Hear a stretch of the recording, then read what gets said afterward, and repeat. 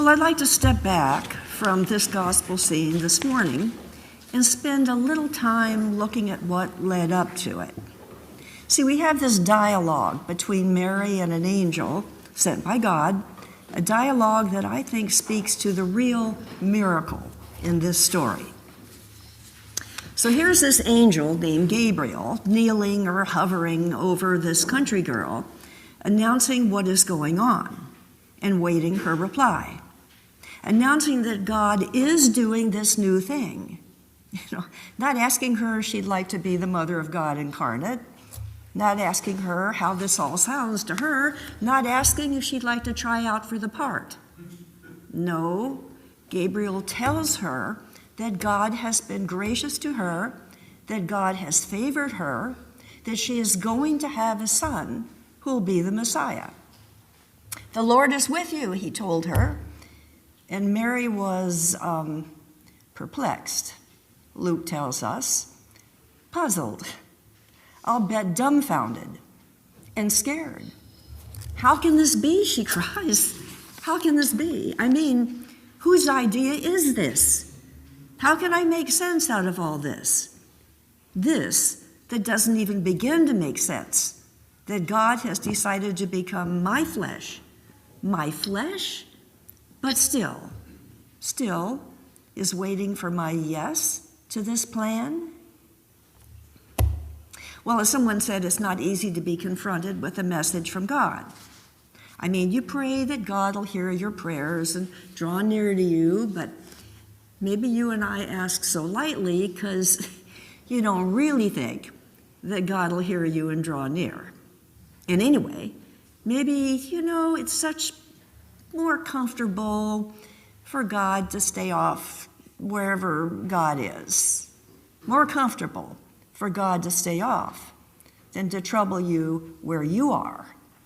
And so this summons to Mary, sort of like, the summons to Moses or the summons to prophets like Isaiah, disturbs the routine of their lives.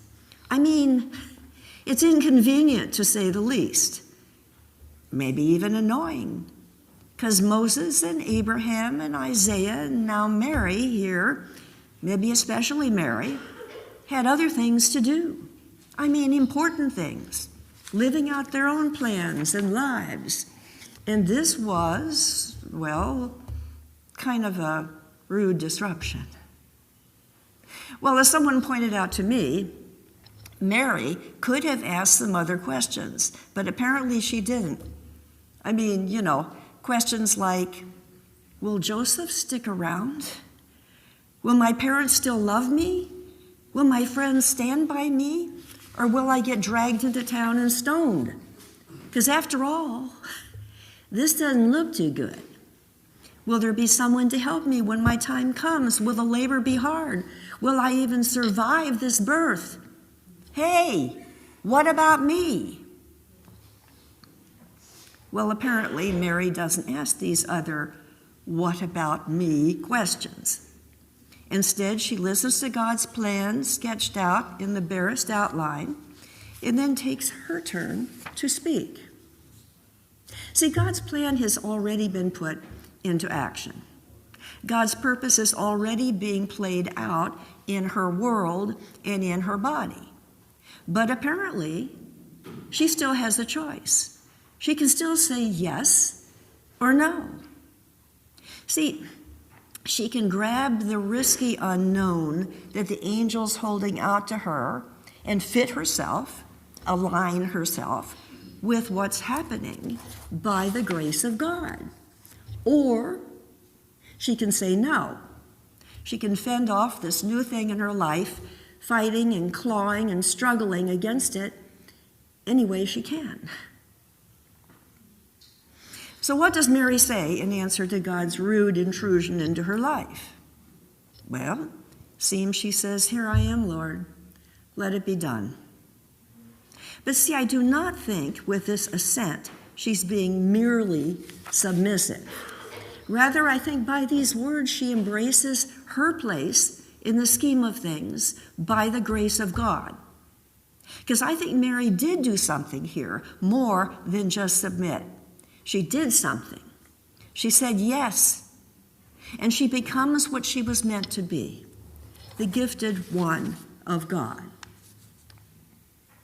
Now, of course, apparently Mary was the only one in history who had to make that particular choice, who had to say that particular yes to God's plan, to become the God-bearer for all time and all history, the one who consented to raise the Son of God. Apparently, she was the only person drafted to fulfill that particular part of God's purpose. But still, I think to hear her story and to think about this scene, to hear this dialogue between the angel of God and this girl child, I think it's hard to hear this story without hearing a bit of your own. Well, there's a lot of talk these days about choosing your life, especially after the pandemic, forging your life into something you fashioned with your hands. I mean, you hear the advice, get a life, move on out. Take control of your life and whip it into something better than it was before COVID. But when you think about it,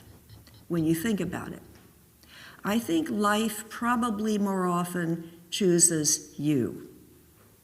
And your best laid 5-year plan goes right down the tube with a diagnosis, or a turn down in the economy, or an aging parent who suddenly depends on you to pay the bills, or a spouse or a partner who walks out on you. I mean, terrible disasters happen, as well as wonderful surprises happen along the way. But rarely can you actually guess the shape of your life up ahead. So maybe like Mary in this scene, your choices sort of boil down to a yes or a no. Yes, I will live out the life that's handed to me in the fullest, or no, I refuse to take it up. Well, someone wrote that if you decide to say no, you just drop your eyes and refuse to look up till you're sure that angel's left the room. And then you adjust your chair and go back to reading or knitting or staring at your phone or computer or whatever you were doing before you were so rudely interrupted, and pretend that visit never happened. Of course, if the intrusion continues and you have to deal with it because your life continues to turn upside down and change, you can assume all kinds of postures. So maybe at first, you refuse to accept the new thing that's happening, refusing to see it, expending great energy, ignoring the new thing, whirling all around you. And if that doesn't work, you can become angry, struggling to reverse the intruding events, struggling to move your world back to just the way it was.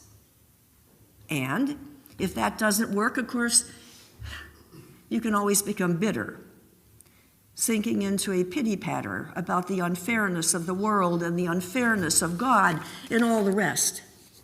And if this works for you, as someone says, your life may not be an easy one, but you can rest assured that no angels will ever trouble you again. So my point, you can say no in lots of ways. Or, like Moses, like Isaiah, and like Mary here, you can decide to say yes to this new thing. You can decide to take the risk. So you lay down your pen or your book or your phone, and you listen to what the angel's saying. And then maybe you decide to sign on to the venture, to take part in a plan that you never bargained for. You decide to try something new for reasons you don't entirely understand, seizing what's been handed to you, and take that risk, smuggling God into the world in your very own body. So Mary says yes to this outrageous plan, but please note, That didn't mean she wasn't afraid. And so you're deciding to say yes to the unexpected grace of God doesn't mean you don't wake up in the middle of the night in a cold sweat. But saying yes does mean that you decide to step out of your little room and into the light of day. It means saying to that angel, here I am. Let God's plan happen in me, and God help me. And like Mary, you do become willing to carry God out into the world in your very own flesh. Okay. Finally. This is risky business. It's a kind of holy insecurity, walking daily in faith without even knowing for sure the next step, not alone where the road is taking you. Because it's risky to let Jesus Christ become flesh in your life, to feel the kick of the gospel as you're stretched and swell with the living hope that you're called to. Remembering, you aren't chosen to fulfill God's purpose in your life because you're worthy enough or good enough to do what he asks. No, God chooses you for reasons known only to him. And it's God's choice that confers his favor, making something good with ordinary folks like you and me. Our God, who takes nowhere and makes it somewhere, who takes nobody and makes us somebody, transforming you and me in the process. So let me end with this question. What good is it to me if Mary is full of grace and I'm not? What good is it to me for the Creator to give birth to his Son if I don't give birth to him in my time and my place? This is the fullness of time, when the Son of God is also begotten in you and in me. So hail, favored ones, full of grace. God is with you. Do not be afraid, for nothing is impossible to our God.